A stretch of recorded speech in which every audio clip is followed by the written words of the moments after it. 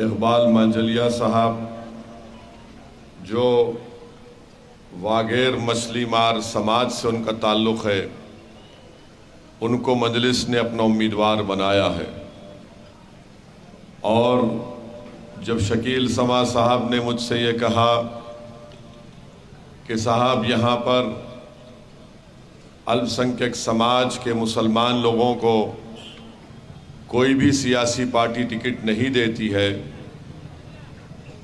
और ख़ास तौर से जो वागेर मछली मार समाज है उनको हमको मौका देना चाहिए, तो मैंने फ़ौरन कहा कि यकीनन हमारे कैंडिडेट इकबाल मंजलिया साहब एडवोकेट को बनाइए, क्योंकि हमारी पूरी कोशिश यही है कि जो कमज़ोर हैं, जिनको बेज़ुबान कर दिया गया, जिनको और कमज़ोर बनाने की कोशिश हुकूमतें करती हैं, चाहे वो कोई मुसलमान हो, हिंदू हो या दलित हो या आदिवासी हो, हमारा एक ही मकसद है कि जो कमज़ोर है वो मेरी आँखों में मजबूत है, जो कमज़ोर है उसको ताकतवर बनाना चाहिए, जो मज़लूम है उसको इंसाफ मिलना चाहिए। और यही होना चाहिए भारत के लोकतंत्र में। मगर हम ये देख रहे हैं कि जिसको रिप्रेजेंटेशन नहीं है उसको मौका नहीं मिलता। तो मेरे अजीज़ दोस्तों और बुज़ुर्गों, हमारी लड़ाई हिस्सेदारी की लड़ाई है। और आप जानते हैं कि पड़ोस में अंजार एक विधानसभा है, वहाँ पर कोई भी सियासी पार्टी हमारे अहीर भाइयों को ही टिकट देती है, और अगर नहीं देती तो उनमें इतनी ताकत है कि वो दूसरे उम्मीदवार को हरा देते हैं। अब आप बताइए कि हम पर जो इल्ज़ाम लगता है फ़िरका परस्ती का कि ओवैसी एक समुदाय की बात करता है, तो फिर अंजर विधानसभा से आप किसी वागेर मछली मार समाज को टिकट देना था, वहाँ से नहीं देंगे। इस पर भाजपा भी, कांग्रेस भी इस बात पर मुत्तफिक है कि वहाँ पर आहिर समाज के, मुझे बताया गया कि करीब 70,000 उनके वोट हैं, और अल्पसंख्यक समाज मुस्लिम अक़लियत के कुछ 67,000 हैं। तो मेरे अजीज़ दोस्तों और बुज़ुर्गों, मेरी इस बात को समझिए कि जब से भारत के प्रधानमंत्री नरेंद्र मोदी बने हैं, उन्होंने गुजरात का मॉडल पूरे मुल्क पर लागू कर दिया है। और भारत की राजनीति में जो सबसे कमज़ोर है, बल्कि मैं तो आज कहूँगा कि दलितों से भी कमज़ोर अगर कोई है इस देश में तो अल्पसंख्यक समाज मुसलमान है। आदिवासी सबसे कमज़ोर है, उसके बाद अल्पसंख्यक समाज भारत की सबसे बड़ी अक़लियत का नंबर आता है।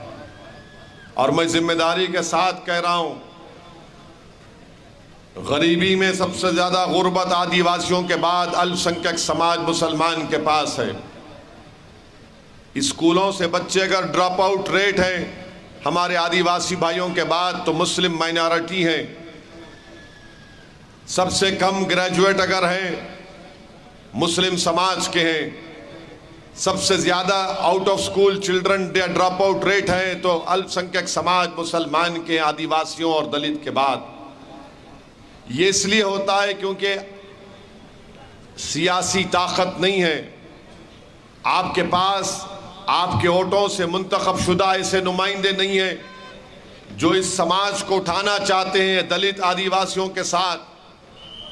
और हमारा मकसद ये कर दिया गया कि अगर हम पैदा होते हैं तो पैदा होने के बाद जब बच्चा 15-16 साल का होता है तो उससे कहा जाता है कि बेटा तेरा काम ये है कि जब तू 18 साल का होगा तो कांग्रेस पार्टी को वोट दे दे और घर में जाकर सो जा, पोलिंग के दिन कुछ मत कर।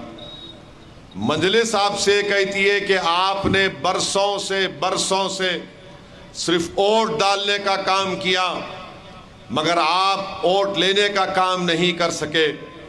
और जब कभी भी कोई आपके दरमियान में आकर कहता है कि वोट लो, तो आपको डराया जाता है कि भाजपा जीत जाएगी। मेरे बुजुर्गों, मेरे अजीज दोस्तों, मैं सच कह रहा हूं और आप भी जानते हैं कि 27 साल से यहां पर भाजपा जीत रही है। अगर मैं आपसे एक सवाल करूं कि हाथ उठाकर मुझे जवाब दो कि क्या आपने कभी भाजपा को वोट दिया? डरिए मत, हाथ उठाकर बताइए कि आपने भाजपा को वोट दिया। तो फिर भाजपा कैसे जीत रही है? कभी आपने सोचा कि आप तो वोट दे रहे हैं भाजपा को हराने के लिए, तो भाजपा क्यों जीत रही है? तुम्हारे वोटों से बीजेपी नहीं जीत रही है, दूसरों के वोट से बीजेपी जीत रही है। ये सच्चाई है। मगर ये सब लोग, ये कांग्रेस के गुलाम, ये झूठे सेकुलरिज्म के गुलाम आकर ये कहते हैं कि देखो, चुनाव जब आया है तो जिंदगी और मौत का मसला है, तो चुनाव के बाद हम मरते रहे, हम कर मच्छी ना पकड़े, हमारी जिंदगियों को बर्बाद कर दिया जा रहा है, पूरा हार्बर खत्म करके रख दिया गया। अब आकर कहेंगे अरे तुमने क्यों इस्माइल को, इकबाल को क्यों खड़ा कर दिया? इससे भाजपा का फायदा होगा। पहले जो हो रहा था वो कौन जिम्मेदार है? फिर उसका बताओ। चलो 27 साल का हिसाब दो, क्यों बीजेपी जीत रही है गुजरात में? आज असदुद्दीन ओवैसी, मजलिस, शकील समा आए हैं, तो बताओ 27 साल का हिसाब कौन देगा? इसके बारे में जब पूछते हैं तो बोलते हैं ओवैसी भड़काऊ भाषण देता है, ओवैसी लोगों को जज्बात में लाता है। हाँ, मैं जज्बात में लाता हूं, मैं जगाता हूं, मैं चाहता हूं कि तुम्हारे दिलों में जो जज्बात है वो दिख कर आए दुनिया को। हम छुप छुप कर, डर डर कर जिंदगी नहीं गुजारेंगे। भारत का संविधान सबके लिए बराबर है, जिसकी कॉपी हमको दी गई, जिस पर बाबा साहब अम्बेडकर की फोटो है। जब कानून मोदी के लिए बराबर है तो ओवैसी के लिए भी बराबर होना चाहिए। कोई बड़ा कोई छोटा नहीं। वो चले गया जमाना, दिल्ली का प्रधानमंत्री है, दिल्ली का बादशाह नहीं है। ये बराबरी की, रिश्तेदारी की जब हम बात करते हैं तो इनको तकलीफ हो जाती है, परेशान हो जाती है।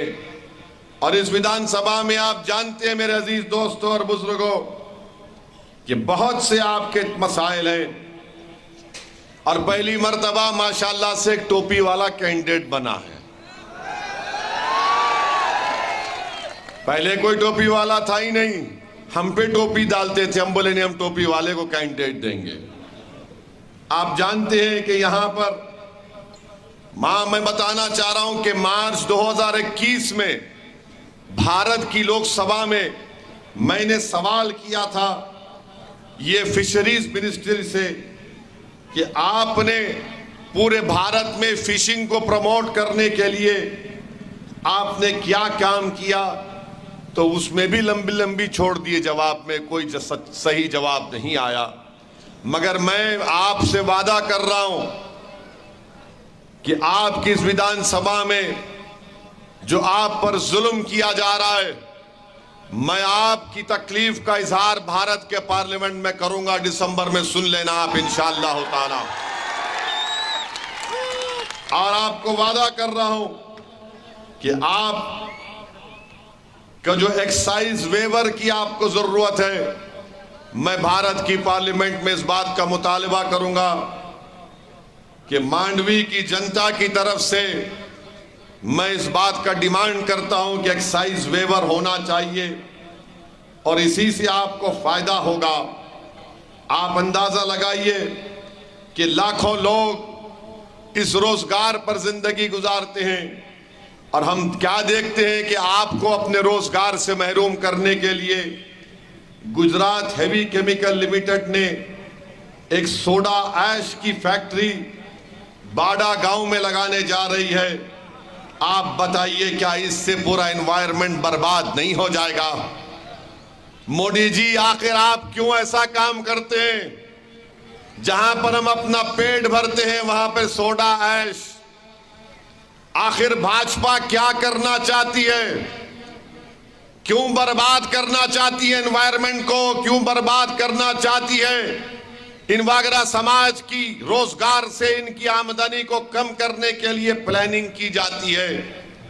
मजलिस गुजरात हेवी केमिकल लिमिटेड की तरफ से जो सोडा ऐश का प्लांट बाड़ा विलेज में लगाया जा रहा है, हम इसकी मुखालिफत करते हैं। देश के प्रधानमंत्री सिर्फ पूंजीपतियों के प्रधानमंत्री है, गरीबों के नहीं है। वो करोड़पतियों के प्रधानमंत्री हैं। अगर गरीबों के प्रधानमंत्री होते तो इस तरह का काम नहीं होने देते। मैं आपसे वादा कर रहा हूं कि इस खूबसूरत इलाके में ट्रेन का नेटवर्क नहीं है, तो आपको एक ऐसे एमएलए को यहां पर होना चाहिए जो यहां पर रेलवे नेटवर्क का इंतजाम कर सके। मैं आपसे वादा कर रहा हूं कि इंशाअल्लाह ताला दिल्ली की पार्लियामेंट में जाकर मैं इस रेलवे नेटवर्क का भी मुतालबा करूंगा आपके लिए। तीसरी बात यह कि यहां पर मुंद्रा का पोर्ट है, और पोर्ट के नाम से मशहूर नहीं है, पोर्ट ड्रग्स के नाम से मशहूर हो गया आजकल। इतना ड्रग कहां से आ रहा है? कहां से आ रहा है इतना ड्रग? तो मेरे अजीज दोस्तों और बुजुर्गों, आप जानते हैं कि ये कच्छ का इलाका है। कच्छ की जबान अलग, कच्छ का खाना अलग, कच्छ के कपड़े अलग, बल्कि कच्छ का जानवर भी अलग होता है। तो मैं आपसे वादा कर रहा हूं, ये जो संविधान की किताब है, आप पढ़िए। इसमें आर्टिकल 371 होता है, और आर्टिकल 371 में एक रीजनल बोर्ड जब बनाया जाता है, तो रीजनल बोर्ड जब बनता है तो उस रीजनल बोर्ड को कच्छ का एक रीजनल बोर्ड बन सकता है, ताकि उस बोर्ड को जो पैसा आएगा वो बोर्ड तय करेगा कि कच्छ के किस स्कूल में, किस जगह पर अस्पताल, और ये जो आप मछेरे हैं, इतना बड़ा आपका समाज है वागेर समाज का, वो पैसे इस्तेमाल कर सकते हैं। मैं आपसे वादा कर रहा हूं कि एक प्राइवेट मेंबर बिल मैं बनाकर कच्छ के लिए आर्टिकल 371 के तहत एक रीजनल डेवलपमेंट बोर्ड का मैं प्राइवेट मेंबर्स बिल इंशाअल्लाह ताला फरवरी मार्च के बजट सेशन में जब शुरू होगा, आप देख लेना, मैं जो कुछ कह रहा हूं वो करके दिखाऊंगा, ताकि आपको इसका फायदा हो सके। यहां चरवाए हैं, मलदारीज हैं। हाजी पीर दरगाह के पास हम गए थे, उससे इनको भी फायदा होगा। तो इंशाअल्लाह ताला आपकी जबान का भी प्रोटेक्शन मिलना चाहिए। कच्ची जबान का प्रोटेक्शन भारत के संविधान के एक शेड्यूल में उसको इंक्लूड कराना चाहिए। ये मजलिस एक प्रोग्राम लेकर आगे बढ़ रही है। मेरी आपसे गुजारिश है कि आप इकबाल मंजालिया साहब को अपनी भरपूर तायीद करिए, उनको वोट दीजिए, उनको कामयाब करिए। अब रहा सवाल कांग्रेस पार्टी का, तो माशाल्लाह से कांग्रेस पार्टी तो हमारी बहुत हमसे दुश्मनी करती है। जहां कहीं इलेक्शन लड़ते तो ये हारमोनियम लेके खवालों की तरह बैठ जाते हैं और एक सांस में बोलते हैं कि ओवैसी लड़ेगा तो भाजपा जीत जाएगी। अरे कांग्रेसियों, पुराने पापियों, तुम्हारा जो शख्स जो पूरे देश में पैदल फिर रहा है, उसको तो गुजरात में पैदल फिरना चाहिए था। जंग यहां हो रही है ना, जहां जंग हो रही है वहां आना पड़ेगा ना। ये महाशय पूरे देश में फिर रहे हैं, मगर जहां जंग हो रही है भाजपा से वहां भाग गए छोड़ के। अजीब आदमी है। खैर ठीक है, मुबारक हो, मगर ये बताओ कि वो जो पैदल फिर रहा है, आपने उसको पैदल कर दिया। अमेठी में वो कैसे हारा? हमारी वजह से हारा। हम तो नहीं थे वहां पर, हार गए वहां पर भाजपा के मोहतरमा स्मृति ईरानी से। अब हम पे इल्जाम लगाते हैं। अच्छा, ये जो फिर रहे हैं पैदल, उसका नाम क्या है? भारत जोड़ो। सुना ना आपने, भारत जोड़ो। अब भारत जोड़ो की मिसाल आपको बताते हैं। ये जो वीरेंद्र सिंह जडेजा कौन है? कौन है? कौन है? बोलिए ना। हाँ, ने कौन सी पार्टी में था वो? कौन सी पार्टी में था पहले वो? बीजेपी में था ना।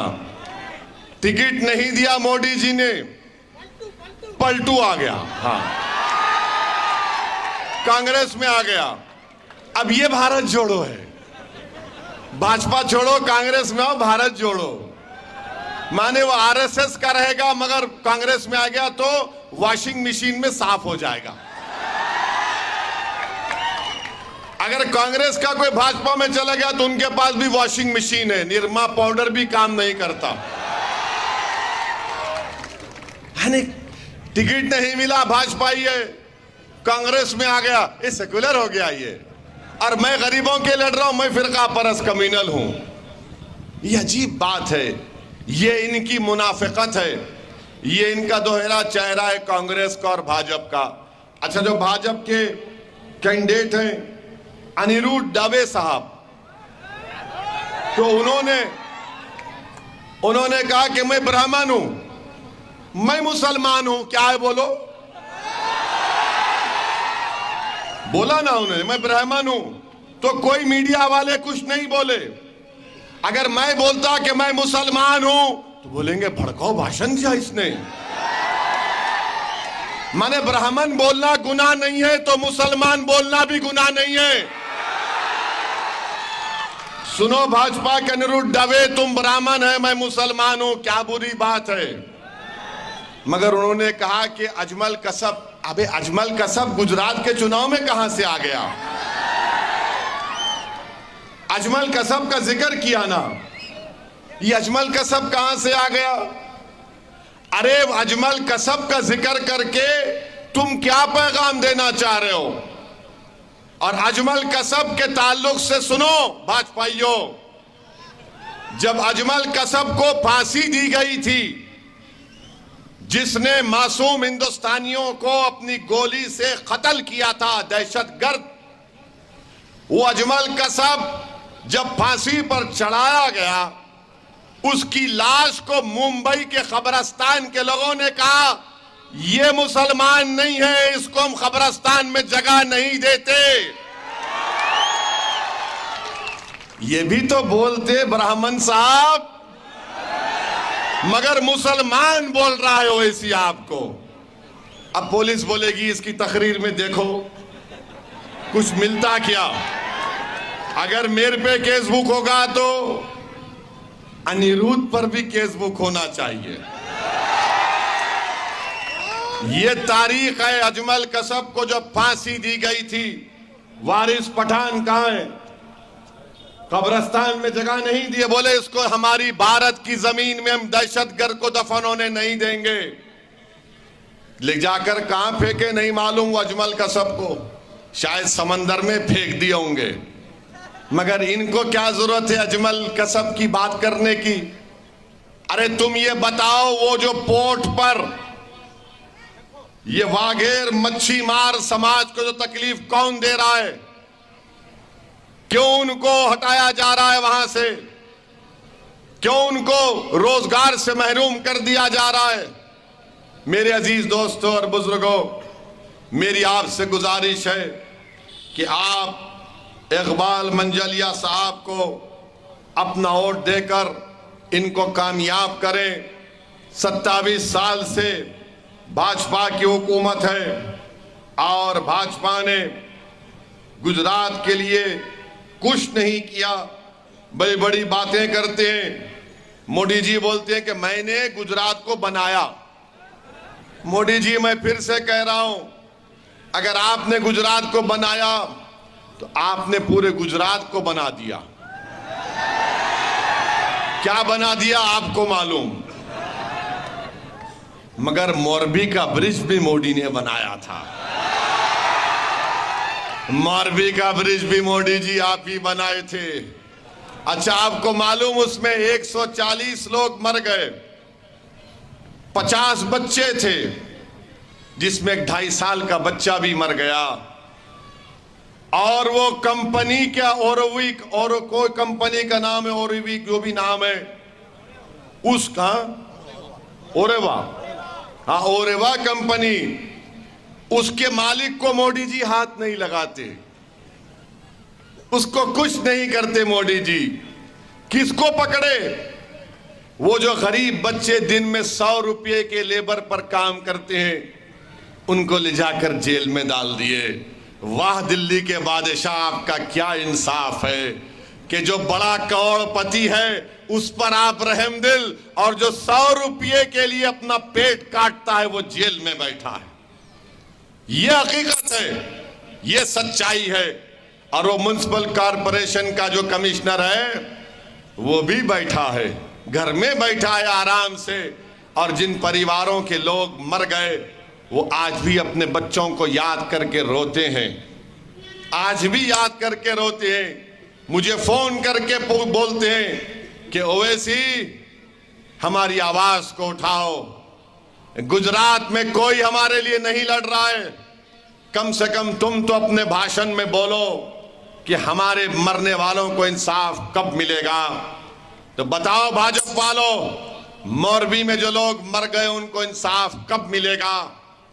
अरे कैसा इंसाफ तुम्हारा, जब खेड़िया गांव में गरबा में पत्थर फेंकने के इल्जाम में आपने 4 या 5 बच्चों को पकड़ा तो फौरन उनको जनता के सामने लाकर आपने उनको बीच रोड पर लाकर उनको लठों से मारा।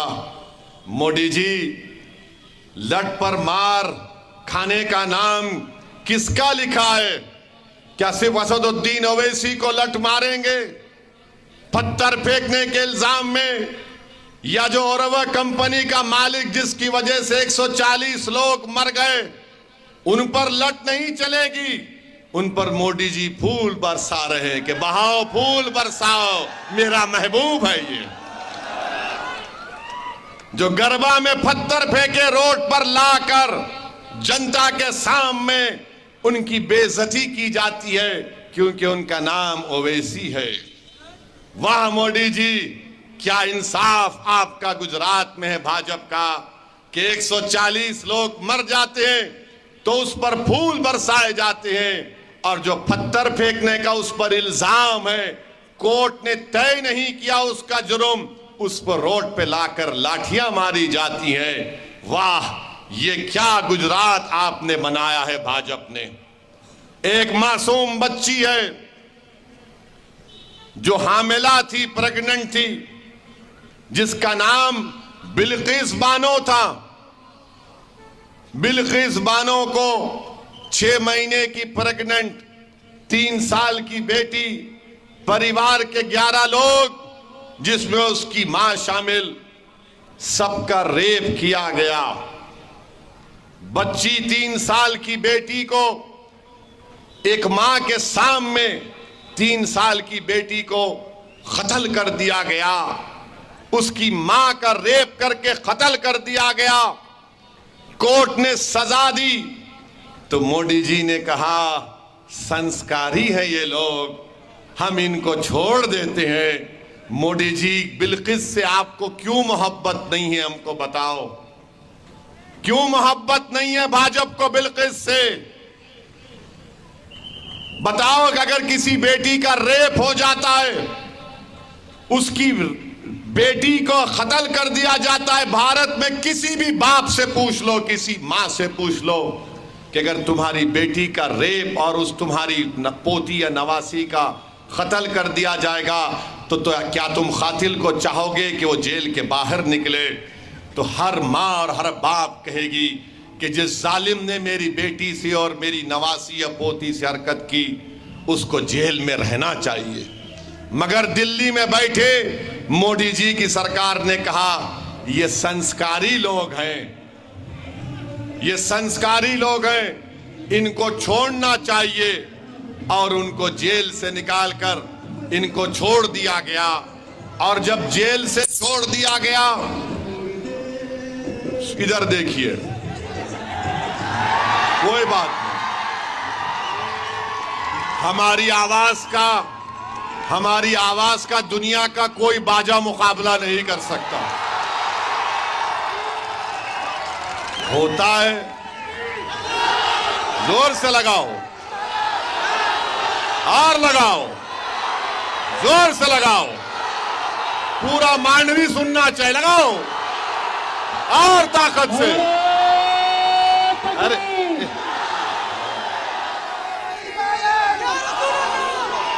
हाँ, अब वो गलती किया बाजा बजा के, उसका ही बाजा बज गया। अभी हमारी म्यूजिक का मुकाबला मोदी जी भी नहीं कर सकते। बहरहाल अजीज दोस्तों, मैं जिक्र कर रहा था बिल्किस बानो का। आज गुजरात और देश की सरकार ने बिल्किस बानो से नाइंसाफी की और उसको छोड़ दिया। आप बताइए, नरोडा पाटिया 2002, वो आदमी ने 90 मुसलमानों का कत्ल किया, 90। उसको मोदी जी ने, वो जेल से निकलता है तो वो नरोडा पाटिया विधानसभा में जनता के सामने जाकर मोदी जी का फोटो दिखाता है और कहता है मोदी जी के नाम पर मेरी बेटी को वोट दे दो। कभी मोदी जी आपने सोचा कि मरने वालों की बेटियों का क्या होगा? कभी भाजपा ने सोचा कि वो 90 जो लोग मर गए उनके परिवार पर क्या गुजरती होगी जब एक कातिल गुजरता है उनके सामने से? मेरे अजीज दोस्तों और बुजुर्गों, ये भाजपा बेइज्जती करना चाहती है, मगर ओवैसी आपसे कहता है कि अल्लाह इज्जत देने वाला है आपको, इंशाअल्लाह ताला अल्लाह इज्जतों से नवाजेगा आपको। जो लोग इस तरह की हुकूमत करके जिल्लत और रुसवाई हमारा मुकद्दर बनाना चाहते हैं, याद रखो इख्तिदार हर एक के पास नहीं रहता। इंदिरा गांधी भी प्रधानमंत्री थी, राजीव गांधी भी थे, नरसिम्हा राव भी थे, मगर हर कोई प्रधानमंत्री और इख्तिदार पर नहीं रहता। ताकत हमेशा किसी के पास नहीं रहती है। अल्लाह इंशाअल्लाह ताला इख्तिदार को बदलेगा, इज्जत हमारे मुकद्दर में आएगी, दुनिया की कोई ताकत हमको रोक नहीं पाएगी। बस आपसे गुजारिश ये है कि अपने हिम्मत और हौसले को बुलंद रखो, डरने और घबराने की जरूरत नहीं है। भारत का संविधान हमारे लिए है, अंबेडकर बाबा साहिब का बना हुआ संविधान है। हमको हिम्मत और हौसले को बुलंद रखना है और एक ताकत बनो। ताकत सिर्फ तकारीर से ताकत नहीं बनती, जमहूरियत में ताकत इत्तेहाद से बनती है। जमहूरियत में ताकत मुत्तहिदा वोट डालने से बनती है। जमहूरियत में ताकत जब आप यहां से हमारे कैंडिडेट को कामयाब करेंगे, वो आपकी ताकत होगी। सिर्फ तकारीर से ताकत नहीं पैदा होती मेरे भाई, सिर्फ जज्बाती तकारीर से आपसे इंसाफ नहीं होता। आपका काम यह है कि मेरी इन बातों पर गौर करिए। अगर मेरी इन बातों में सच्चाई है तो मेरा साथ दीजिए। अगर मेरी बातें तुम्हारे दिल के तारों को नहीं छूती हैं तो तुम मेरा साथ मत दो। अगर मेरी बातें तुम्हारे दिलो दिमाग पर, तुम्हारे आंख में आंसू नहीं लाती तो मेरा साथ मत दो। मगर एक बात का यकीन कर लो कि मैंने जो कुछ तुम्हारे सामने कह रहा हूं और जब तक मेरी जिंदगी बाकी रहेगी कहता रहूंगा, एक एक बात सच्चाई पर मुबन्नी है। मैं सच और हक को तुम्हारे सामने बयान कर रहा हूं। मुझे कोई संतरी और मंत्री बनने से मेरे जिंदगी का मकसद नहीं है। मेरे जिंदगी का मकसद एक ही है कि भारत की जमहूरियत उसी वक्त मजबूत होगी जब कमजोरों से इंसाफ होगा, जब कमजोरों को उनका हिस्सा मिलेगा। यही लड़ाई हमारी है। मेरी आपसे गुजारिश है कि आप हमारी इस जद्दोजहद में हमारा साथ दीजिए, हमारी ताईद करिए, हमारे लिए दुआ करिए। अगर वोट नहीं दे सकते तो मत दो, मगर क्या तुम हमारे लिए दुआ भी नहीं कर सकोगे? तो आप दुआ भी करिए, मेहनत भी करिए और अपने हौसलों को बुलंद रखिए। जमहूरियत में मुकाबला करना है, जिंदगी का सबूत देना है तो वोट दो। और याद रखो, ये जिंदगी है, ये दुनिया है। खामोश बैठोगे तो दुनिया हमेशा के लिए खामोश कर देगी। जिंदगी का सबूत देना है तो शोर मचाओ, धूम मचाओ, आवाजों को बुलंद करो, अपने हक के लिए लड़ो, जमहूरी तरीके से लड़ो और अमन को मजबूत रखो। यही चंद गुजारिशात मैं आप तक कहने के लिए आया हूं। अगर मेरी बात से किसी को तकलीफ पहुंचती है तो मैं आपसे अर्ज करना चाहूंगा कि मैं सच्चाई को बयान कर रहा हूं। मेरा मकसद किसी को तकलीफ पहुंचाना नहीं है, मगर जब कभी भी किसी जगह पर मैं नाइंसाफी को देखता हूं तो मुझे बोलना पड़ता है।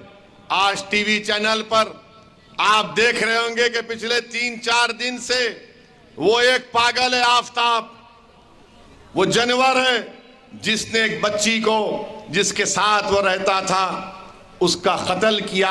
क्या क्या गंदगी की उसने, वो जानवर है। मगर टीवी चैनल और भाजपा वाले बोले लव जिहाद। अरे ये लव जिहाद कहां से आया बाबा? इस्लाम में हमको ये तालीम दी गई कि अगर कोई गैर महरम औरत है तो उसको हाथ लगाना छोड़ो, देख भी नहीं सकते। तुम 3 मर्तबा से ज्यादा देख ही नहीं सकते। औरत को हाथ उस वक्त लगाते हैं जब निकाह हो जाता है। यही है ना, यही है ना। कोई और करता है तो हमको उससे मतलब नहीं है, मगर तुम जब जिहाद का जिक्र करते, तुम एक समुदाय को और दीन को बदनाम करना चाहते, तो हमको कहना पड़ता है कि आजमगढ़ में एक प्रिंस यादव नाम का आदमी था जिसने अपनी गर्लफ्रेंड को, ये सुनो, गर्लफ्रेंड बोलते ही तुम्हारे इसकी शादी कराओ जो बोला ये जवान हो गया। जो भी बोला इसकी शादी कराओ। कहां यहाँ के बड़े लोग? ढूंढो एक अच्छी बच्ची जो इससे ज्यादा ताकतवर रहना, इसको कंट्रोल करना। और हम भड़काऊ भाषण क्यों देते? घर में नहीं बोल सकते, इसलिए बाहर आके बोलते। तो जिसके घर में है उन्हें परेशान है, जिसके घर में नहीं है उन्हें लंबी लंबी छोड़ता। अब आप क्या समझे नहीं मालूम, समझ गए ना? बस नहीं, अब सुनो। अभी सुनो, हम कल बोले थे, गोधरा गए थे अभी।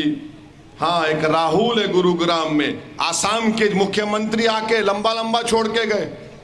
ये लव जिहाद है, साजिश है। अबे काहे का लव जिहाद इसमें? उसने गलती की, हम मजम्मत कंडेम कर दिया। राहुल है गुरुग्राम का, इसने अपनी वाइफ का कत्ल किया, सूटकेस में बॉडी डाली और इसलिए मारा उसने क्योंकि वो मोबाइल और टीवी का डिमांड करती थी। फरीदाबाद में एक मनोज ने बीवी के, एक औरत के नाजुक जगह पर ऐसा कुछ गलत काम कर दिया। फिर एक प्रिंस यादव आजमगढ़ के अपनी गर्लफ्रेंड की सर काट दिया, जिस्म के 6 टुकड़े किए और बौली में उसकी लाश टुकड़े फेंक दिए। फिर मथुरा में एक पिता ने अपनी बेटी को गोली मारकर हत्या कर दी। फिर बाप ने और मां ने उस बच्ची को, अपनी बेटी के लाश को बैग में डाला। पिता का नाम नितेश, मां का नाम ब्रजभाला। ये कौन सा लव जिहाद है? अच्छा, फिर ये सुन लो आप, एक यूपी में सर्वेश कुमार है जिसने 17 साल की बेटी को पुलिस स्टेशन गया, अपनी बेटी का सर काट के लेकर गया। बोलो भाजपा वाले। और फिर एक और साहब है मुन्ना शर्मा, बिहार के, अपनी बीवी का मर्डर कर दिए। क्यों मर्डर किए? क्योंकि बीवी ने उनके पैरों की मसाज नहीं की। यानी खाली एक गंदा वाकया है आफताब का, हम उससे, हमारा कोई ताल्लुक नहीं है। वो महिलाओं पर जुल्म है, ये पूरे महिलाओं पर जुल्म है। अगर आप इसको हिंदू मुस्लिम करेंगे तो फिर महिलाओं का इंसाफ कहां मिलेगा? इसीलिए भाजपा वाले, चुनाव गुजरात का है, यहां पर इंसाफ नहीं हो रहा है। अच्छा, बात ये नहीं करेंगे कि गुजरात में मोदी जी ने कहा गुजरात बना दिए। अब आप बताइए कि गुजरात में कितने सिटी स्कैन के मशीन है, गुजरात में कितने एमआरआई की मशीन है? 33 में से 20 जिलों में सिटी स्कैन नहीं है। सुपर स्पेशलिटी डॉक्टर सिर्फ 13 काम करते हैं। इस पर बात नहीं करेंगे। नफरत फैलाओ, डराओ। याद रखो भाजपा वाले, हम डरने वाले नहीं, हम सिर्फ रब्बे करीम से डरते हैं। क्या करेंगे? जान ले लेंगे ना, ले लो जान। मेरे मुकद्दर में लिखा है तो उसी वक्त मरूंगा। कोई माइका लाल मेरे वक्त से पहले मेरी जान नहीं ले सकता है। डराना चाहते हैं आप हमको इस तरह की बातें करके। ये देश हमारा है, हमारा रहेगा इंशाअल्लाह ताला। आजादी का अमृत उत्सव अगर मना रहे हैं तो सबसे ज्यादा खून अल्लामा फजल कैराबादी, हुसैन अहमद मदनी, मौलाना अबुल कलाम आजाद, इन लोगों ने अपना खून बहाया है। तभी तो मुल्क को आजादी मिली। उस वक्त ना भाजपा थी ना आरएसएस थी। आप तो अभी अभी पैदा हुए हैं।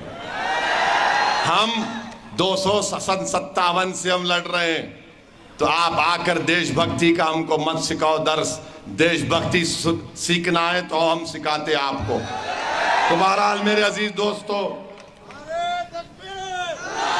अब फेंको फेंको फेंको, अरे ठहरो, अब फेंको फेंको, जम के फेंको। वाह, बस। अब चाचा वोट भी डालेंगे ना? हाँ, वोट भी डालना। ऐसा भाजपा के मीटिंग में अगर कोई फूल फेंका तो पुलिस पकड़ के लेके जाती है उसको। ये क्या फेंक रहा नहीं मालूम। कांग्रेस के मीटिंग में फेंका तो बोलेंगे ए, क्या क्या बोलूं, यहाँ से उठ के पूरे भाग जाते हैं। तो ये आपकी मोहब्बत है चाचा। अल्लाह आपको सलामत रखे, अल्लाह आपको सलामत रखे, आप सबको सलामत रखे। बहुत बहुत शुक्रिया। आप हमारा भड़काऊ भाषण सुनने आए, मगर खाली सुन के ये नहीं बोलना 1 तारीख को जाके बटन दबाना पतंग को। डालेंगे ना? शुक्रिया बहुत बहुत।